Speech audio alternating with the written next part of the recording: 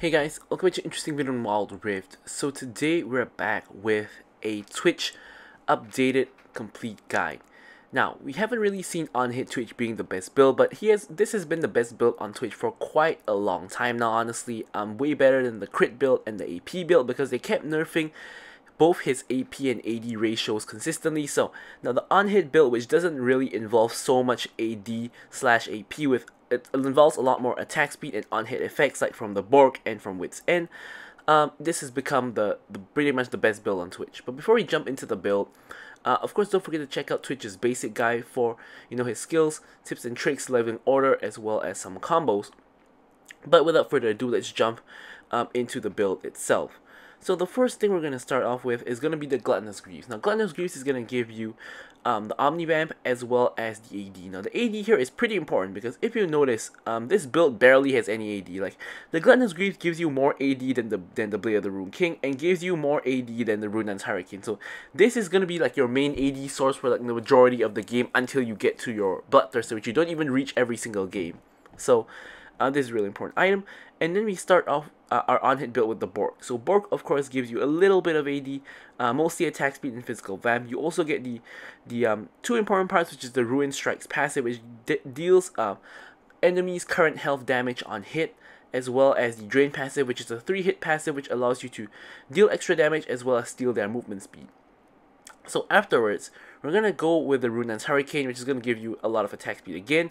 But of course, it's going to allow you to attack 3 people at one time, which is going to allow you to apply your poison onto 3 people simultaneously, as well as giving you a little bit of AD and some more on-hit damage, physical on-hit damage. So here you get the magic on-hit damage with Wit's End.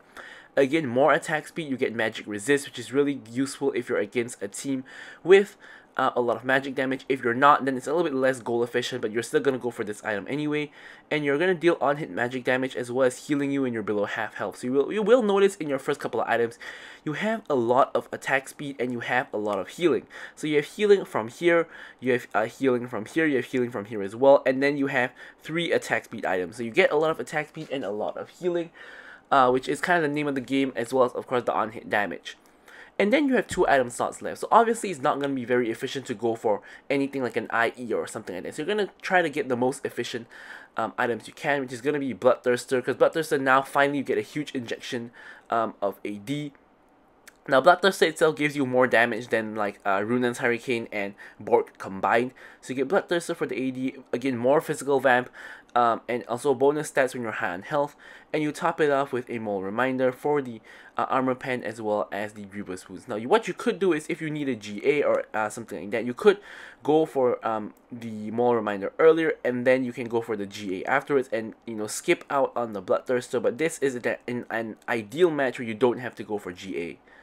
And for the runes, of course, being an on-hit build, you want to actually go for a Lethal Tempo. Now I have, because we already have a lot of attack speed, so I have tried going for like Kraken Slayer or Conqueror, but I just find that it doesn't really work out very well. Like Kraken Slayer doesn't do that much damage because you don't have a lot of AD, and Conqueror is alright, but I think just doubling down on the attack speed is actually the way to go here, contrary to what I normally think. Brutal, of course, because we're attacking a lot. Giant Slayer, because it's going to be the most efficient rune in this slot to deal the most damage because a lot of people have bonus health. And then we have, honestly here, you could go for either Alacrity or the Omnivamp Bloodline. But honestly, we have a lot of both. Like we have healing, but we have attack speed, attack speed, attack speed, attack speed. So honestly here, it's kind of a free choice of which one you prefer. And finally, you want to go for Sudden Impact, because whenever you come out of stealth, you're going to get extra penetration for 4 seconds, which is going to be very, very helpful, especially in the early game. If you want something more defensive, of course, Bone Plating is always going to be there for you, but generally, I think Sudden Impact is what's a lot better. So generally, for the spells, you want to go for Flash together with Ghost, because you want that movement speed to, run away or get resets on your Q and keep on chasing people down. Also, Exhaust is viable if you're in a match where you need Exhaust. But anyways, with all that said, let's just jump straight into our gameplay. Alrighty, so of course, into the gameplay we go. Don't forget to like, comment, and subscribe. Any questions, queries, or remarks, feel free to leave them in the comments below, and of course be sure to address them or drop a like. So rocking the new, I say new, but it's not really that new at this point, new High Noon Twitch skin.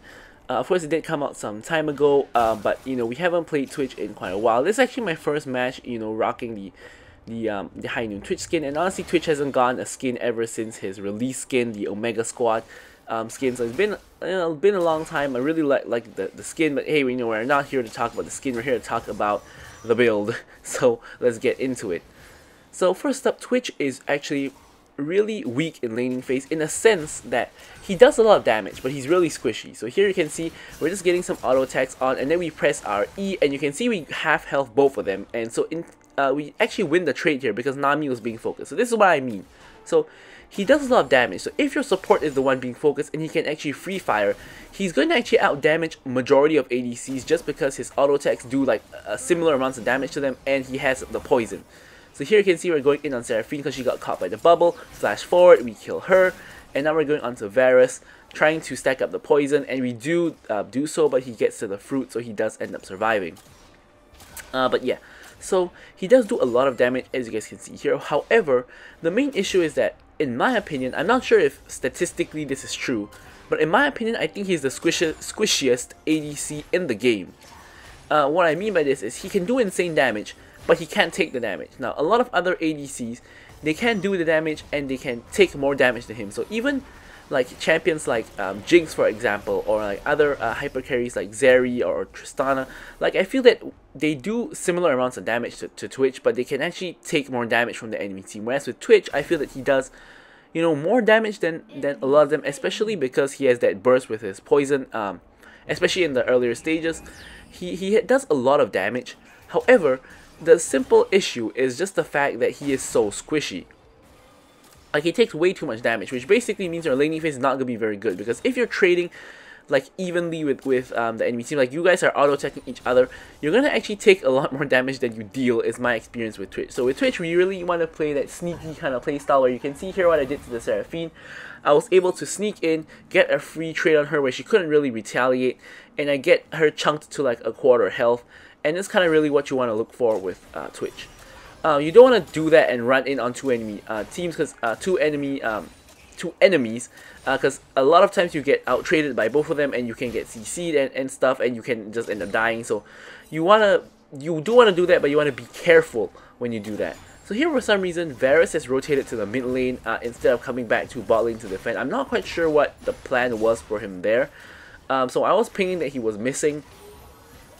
And I'm just going to focus the tower, right? So he's giving me a free chance to free hit the tower. We're going to get a plate. Seraphine comes back to defend. We get 2 plates. And, you know, she can only do so much. Like, her spells don't really hurt that much. Varus is now making his way back. We're trying to greed for a 3rd plate here, which we do get. And I'm going to pop the plant as well to deny that. He's going to take it for the mana. And here, we have a couple options. We can either go for a reset, or we can try to see if we can set a trap, or we can just farm the minions, as you can see here. Here I go into stealth because I was thinking Nami might hit a bubble here. Sometimes it's a little bit about predicting what your support's going to do as well. No bubble ever came out though. So here I'm just going to continue farming. The wave is nicely frozen outside my tower, so they're going to have to overextend quite a bit to get the minions, unless he uses his spells to pick up the minions, in which case it still works. And you can see the wave is still frozen here, so we're at a really good spot. So here they either have to, you know, come up to CS, or they can, you know, or they're forced to lose minions by backing or something like that. So really nice situation for me, but really horrible situation for them. Of course, Varus does have the advantage of having the arrows. You can see I'm not standing near the minions because I don't want him to hit me for free when he has the minions. Like that, basically. Like, you know, you walk near the minions, you're gonna get hit together with the minions, and that's definitely not what you want. So here the waves are not even, and which means that our wave is going to start pushing out. So here I'm changing tactics from freezing to shoving. So I'm just spam attacking the minions. Seraphine is actually roamed to mid lane. And here we shove out the minions, and we are able to actually just back right here. My team actually kills the Seraphine in the mid lane, which is pretty amazing. We're going to start building towards Bork, and we're going to get the attack speed component first, which is going to be a lot more important for applying your poison more quickly. The Vamp Scepter, not too useful on Twitch in the early game. You do get a little bit of lifesteal, but that's not as important as the attack speed. So here we only missed 1 minion, lost the wave, and we're actually able to get you know, the rest of it like so. Dragon and Herald are spawning right now. So, you know, fight could occur, could break out. So here I'm trying to shove in this wave as quickly as possible so that I can rotate to the dragon. So I see a fight going on. I'm getting zoned off by Seraphine. I'm gonna pop the stealth, walk straight past her to the fight. I get spotted by the blast plant, but it doesn't really matter. It's kind of too late. I'm just gonna start free firing here onto the Nautilus. I pop the poison to kill him, get the Q reset. I'm just gonna blast Seraphine now. Seraphine 1 HP. I get her. Since Akali is tanking tower, I'm gonna go in on Varus. Akali actually dies, but, and Varus lives on 1 HP. However, my poison is able to finish him off, so I do end up getting a quick juicy triple kill here, and then we can rotate back to the dragon to help the Xin Zhao, although he doesn't really need the help at this point. But you know, we just get a few free hits onto the dragon. So now at this point the tower is pretty low. It's been taking quite a beating from the minions. We haven't actually lost any plates to our own minions yet. So here we're trying to get a plate if we can. We do get the plate, and Seraphine is now back. So we're just going to you know, hit back to our tower and hit back home. We just got a triple kill. We can definitely complete Borg at this point with all of that gold. And there we go, we completed the Borg, and we also got the Nashor's Talon, of course building towards our Runan's Hurricane. Now, a question you might be wondering is, could I maybe go for a Wit's End earlier if we're into a heavy AP team like this one? You see, we have Seraphine, we have Galio, Nautilus, and Teemo, all AP sources. Now, I don't really like it because I feel that Borg is the best first item you can go for. I think that you go for Runan's first item, you're really weak. You go for like Wit's End first item, you're pretty weak as well. I like Borg first item, and you don't really want to delay your Runans because you need that to spread your poison, so you have to kind of go for Wit's End as a third item. I think that's really the only way to go. And furthermore, AP damagers, AP mages, they don't really do so much damage until they reach like 2 to 3 items anyway. So around the time where they start to spike in damage is around the time you start to get your Wit's End, which I think is, you know, it's pretty much just going to work out nicely. So here we get the tower, and we can now rotate over to other lanes. That was, I believe, first tower. Yeah, that was first tower of the game as well. Here I'm going to get a quick free trade onto Galio. You can see I prompt the Borg to get the movement speed to run away from his taunt, which is kind of the entire idea of how Borg is very useful. So now here we get a free, like, just quick trade, and we're just going to back. We're just going to get ourselves some items, and we're going to have to go back bot, because Seraphine, you will notice, is basically always going bot to push out the wave and then rotating, which is the right thing to do, which not a lot of players actually do, because this forces someone to respawn to the lane. If otherwise we're going to lose minions for free, so our team is going to be losing out on gold and stuff. So you can see here, I'm the one that's shoving out the wave, so I'm trying to make sure that my wave is shoved out, then I can rotate. So it's going to be kind of a push and pull between the two sides of, you know, I shove out the wave and roam, you shove out the wave and you roam, and you know, things like that. So here, there's a fight breaking out in the mid lane, but I felt that, you know, it was too late for me to go to the fight, and I still think it's too late for me to go for a fight. I'm actually going for the mid lane wave. So I'm going to farm the Krugs instead, and now I'm going to just catch the mid lane wave, which has been shoved in as well. So you can see, whenever enemy team shoves in the wave, you do want to catch the wave, unless you need to go to a major objective, then that is a different story. But majority of the time, you always want to catch the wave, because if the wave dies to the tower, you are going to lose out on a lot of gold and XP, and as a result your entire team is going to lose out on a lot of gold and XP, and that's no good. So Xin Zhao here is actually catching the bot wave, which allows me to go back mid to catch the next mid wave, which has been shoved in. So now we have the Runas. You can see it's not just easier to spread the poison, but it's a lot easier to wave clear as well, because we can attack, you know, 3 minions at the same time. Galio is back. He has the first strike to do the damage. In fact, enemy team has a ton of first strikes. And here we're just going to quickly clear the minions again.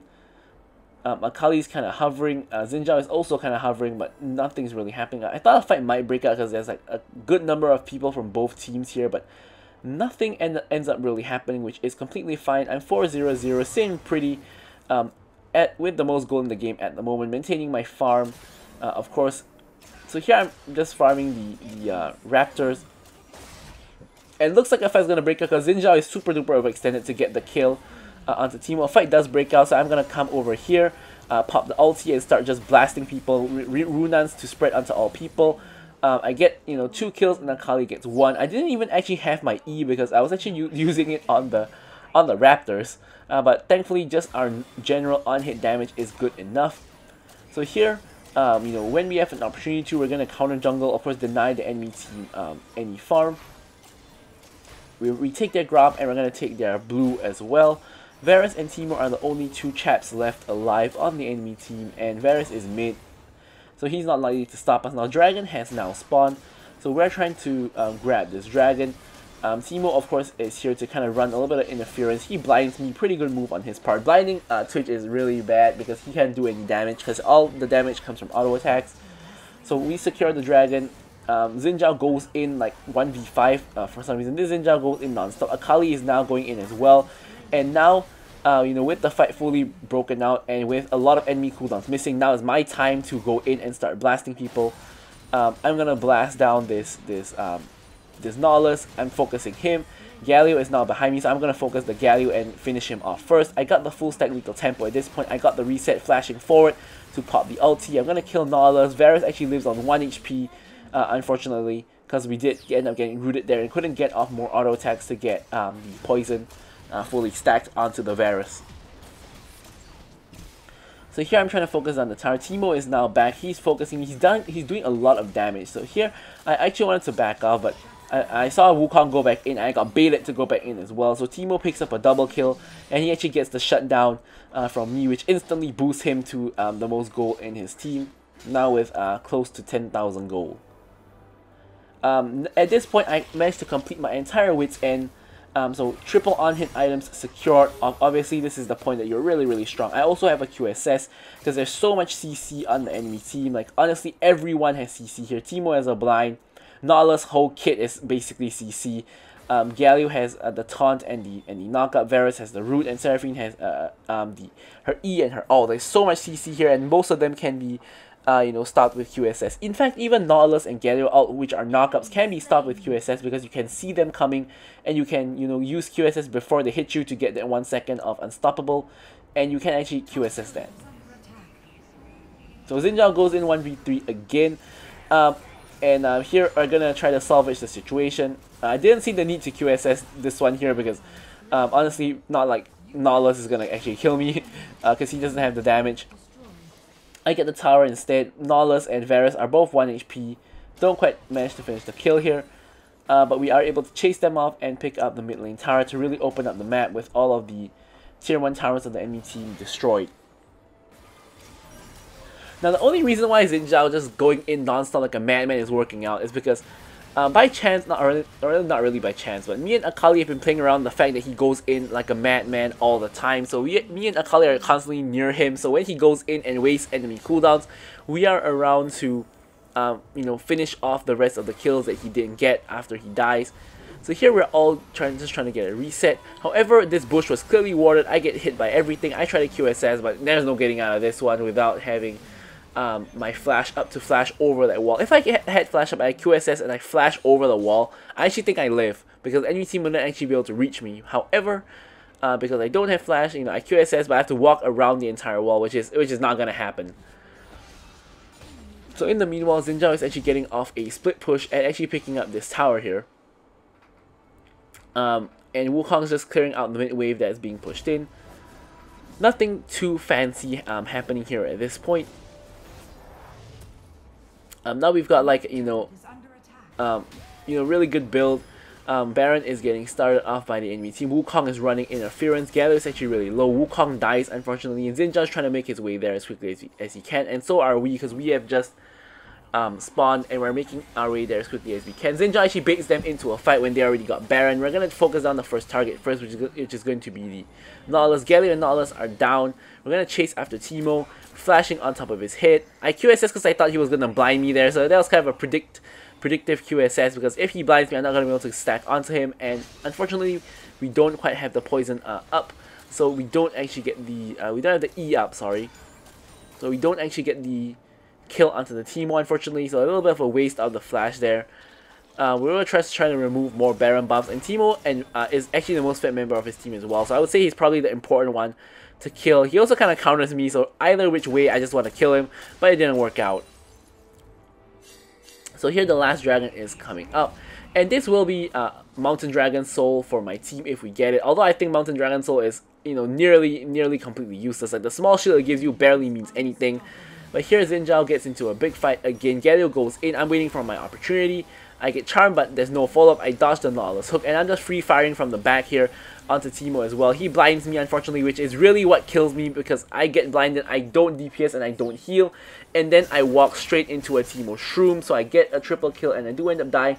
Both other people are 1 HP though. Akali is able to finish the job, and yeah, so here we're probably going to be able to get the dragon with the Nami and the Akali.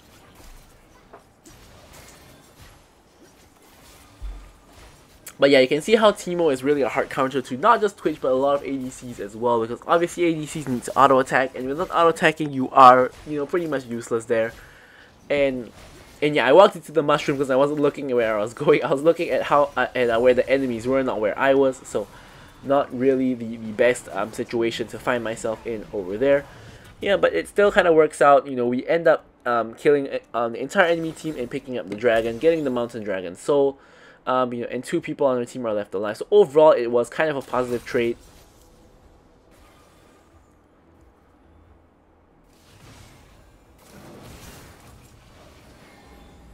And yeah, so you don't need to hesitate to pop the stealth when you know, whenever you want to, you know, because it's on a relatively low cooldown. I actually QSS the blind, but I don't actually think I needed to do that because I wasn't planning to commit to a fight anyways.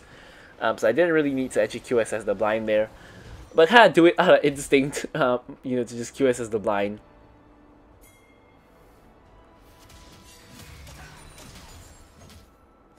And here Xin Zhao is getting into a fight again. Akali is nearby to kind of try to salvage the situation. I'm kind of making my way there as well, making sure not to get hit by the Seraphine. Now I'm popping my own ult and you know, just popping the poison. I believe I killed 2 people there. Yep, I did kill 2 people there. And now chasing on the rest of the kills. Varus is now has to run for the hills. I have my Ghost and my Q movement speed up, but he's going so fast that I can't reach him. He doesn't even have Yo moves, but I mean, he's going really, really fast. So here I'm pinging for Baron. Baron's coming up in 20 seconds, and the enemy have 30-second death timer, so I think we are probably going to be able to pick up the Baron. Xin Zhao gets the fruit. Wukong is split pushing on the other side of the map. And Baron is spawning. Pop the control ward down. We see Teemo mushroom here. We're just going to remove it. Now, enemy team knows we're doing Baron. And Varus and Teemo can make their way here. Now, the main way we lose the Baron is if Varus gets off a huge arrow to steal. So we wanna prevent that, but honestly, there's not too much we can do about it. It's just about how good Xin Zhao's smiting is. And here, honestly, I got a heart attack. I thought that Varus arrow got the Baron, but Xin Zhao did manage to pull it off. And enemy team is now all respawned, so we do want to be very careful. I'm going behind to go for Varus, and Xin Zhao also commits onto Varus. Varus obviously just dies. And here I'm popping the ulti, just blasting people down. You can see the damage we're doing. Galio is coming from behind me. I QSS the Galio, and now the enemy team is pretty much just done for at this point. Yeah, there they all go down. 1, 2, 3, 4, 5. Entire enemy team gets aced, and with the Baron buff and with a wave in the mid lane, we can simply go ahead and end the game. So this match definitely shows how Twitch new on-hit build is definitely you know, really good build, really the best build, and you can see in the stats later as well. I'm gonna leave you guys with the stats as usual. So thank you guys so much for watching the video, and goodbye. Victory!